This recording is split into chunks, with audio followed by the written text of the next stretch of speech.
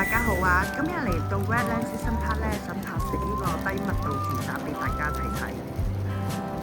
咁由天上站落車之後咧，步行5分鐘咧已經到達呢個位置啦。咁沿途咧，咁亦都有佢哋嘅餐飲商鋪。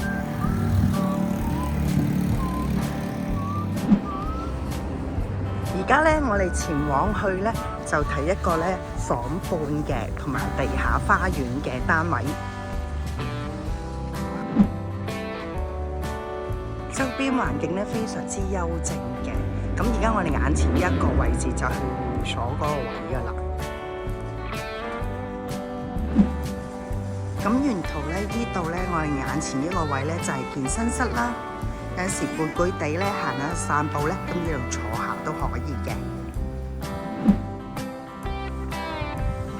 環境相當之寧靜，非常之舒適。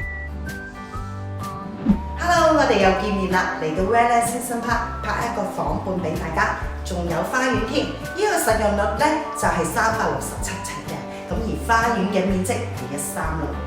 如果喜歡種植嘅人士或者養狗嘅人士，可能呢個會啱晒你哋㗎。好啦，呢個單位咧已經有齊晒所有嘅家電啊，同埋入場衣櫃嘅，淨係添翻啲家私可以住得㗎啦。未睇片之前，未訂閱我嘅朋友，記得訂閱。好，去片。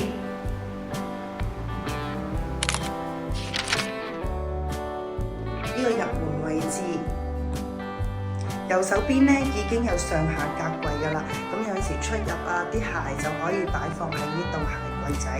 咁呢度通常都係叉電器啊、鎖匙。咁呢個電錶箱。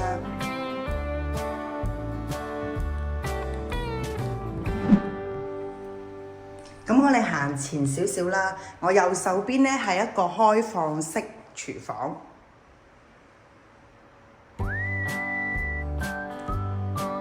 咁呢個咧就係上下格雪櫃嚟嘅，咁大家咧睇到上下格。上邊咧就係櫃桶嚟嘅呢個位置，咁一排櫥櫃啦，咁焗爐。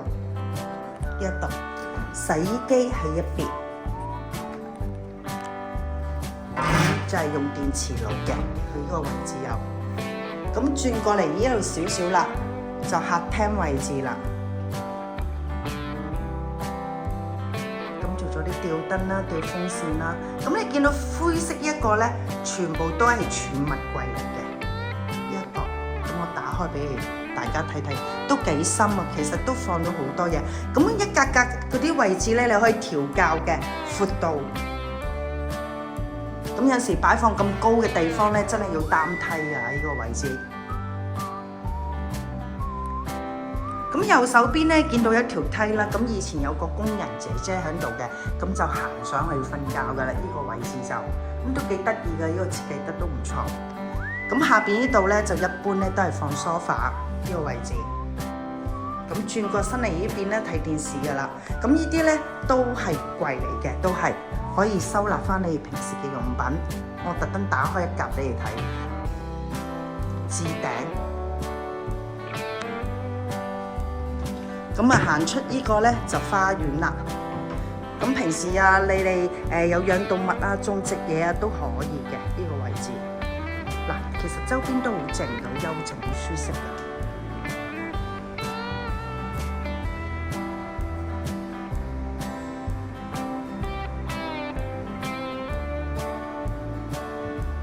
好，咁我哋入房睇下啦。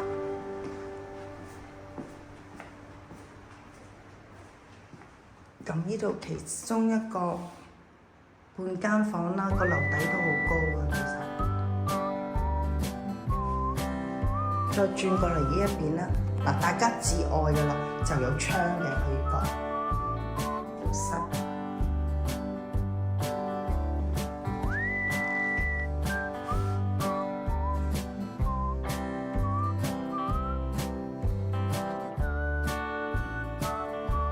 我哋行前少少啦，咁頭先我都話啦，你添翻啲家私已經住得，因為佢做咗入牆櫃同埋衣櫃，咁呢度有4尺床嘅呢個位置，咁都係櫃嚟，呢啲可以擺你嘅3啦，點分啦？